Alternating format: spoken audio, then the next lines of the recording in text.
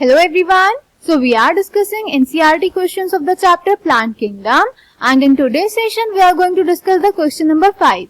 So the question is, write a note on economic importance of algae and gymnosperms. तो बेटा इस question में हमें algae और gymnosperm की इकोनॉमिक इंपॉर्टेंस बतानी है. क्लियर?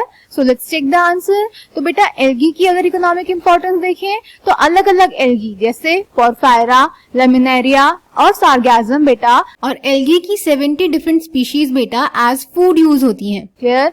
फिर कुछ ऐसी ब्राउन एल्गी हैं और कुछ ऐसी रेड एल्गी हैं जिनसे हमें हाइड्रोकोलॉइड्स मिलते हैं. हाइड्रोकोलॉइड्स बेटा वो सब्सटेंसेस होते हैं जो वाटर को होल्ड कर सकते हैं. एग्जांपल एल्जिन जो कि हमें ब्राउन एल्गी से मिलता है और कैराजिन जो कि हमें रेड एल्गी से मिलता है. इनको हम कमर्शियली यूज करते हैं.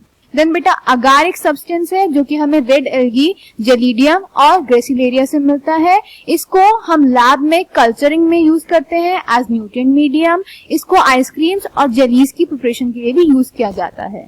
देन क्लोरेला बेटा एक यूनिसेलुलर एल्गी है जिसमें बहुत ज्यादा प्रोटीन प्रेजेंट होता है, इसीलिए ये एज फूड सप्लीमेंट यूज होती है और स्पेस ट्रैवलर्स भी इसको यूज करते हैं. Clear?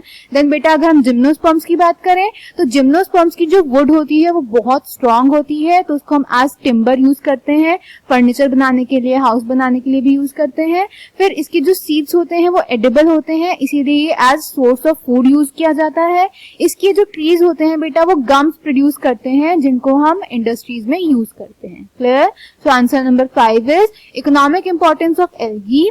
Many species of Porphyra, Laminaria and Sargassum are among the 70 species of marine algae used as food.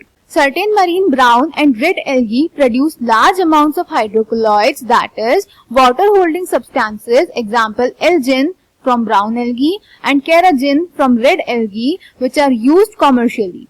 Agar, one of the commercial products obtained from Gelidium and Gracilaria, are used to grow microbes and in preparations of ice creams and jellies. Chlorella, a unicellular alga rich in proteins, is used as food supplement even by space travelers. Economic importance of gymnosperms. Wood is used as timber, seeds are edible and good source of food, gums are produced from various species of gymnosperms. So I hope this question is clear to you. Thank you.